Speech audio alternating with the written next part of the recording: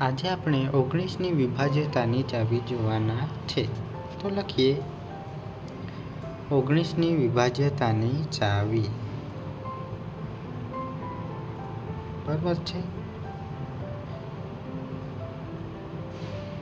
તો તેના વિશે લખીએ.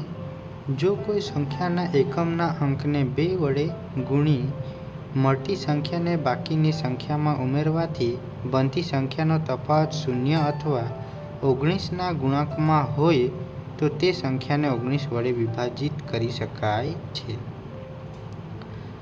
બરાબર છે. તો તેના આપણે ઉદાહરણ જોઈએ.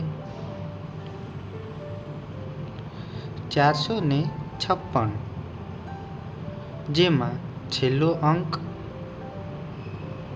બરાબર 6 છે અને 6ને આપણે 2 વડે ગુણાકાર કરીએ તો આપણો જવાબ 12 આવે છે. હવે 45 વત્તા 12 તો આપણો જવાબ 57 મળે છે અને 57ને આપણે 19 વડે નિશેષ ભાગી શકાય છે. માટે 456ને 19 વડે નિશેષ ભાગી શકાય છે. આવા જ વિડીયો જોવા માટે ચેનલને લાઈક અને સબસ્ક્રાઈબ કરી આપજો. Thank you.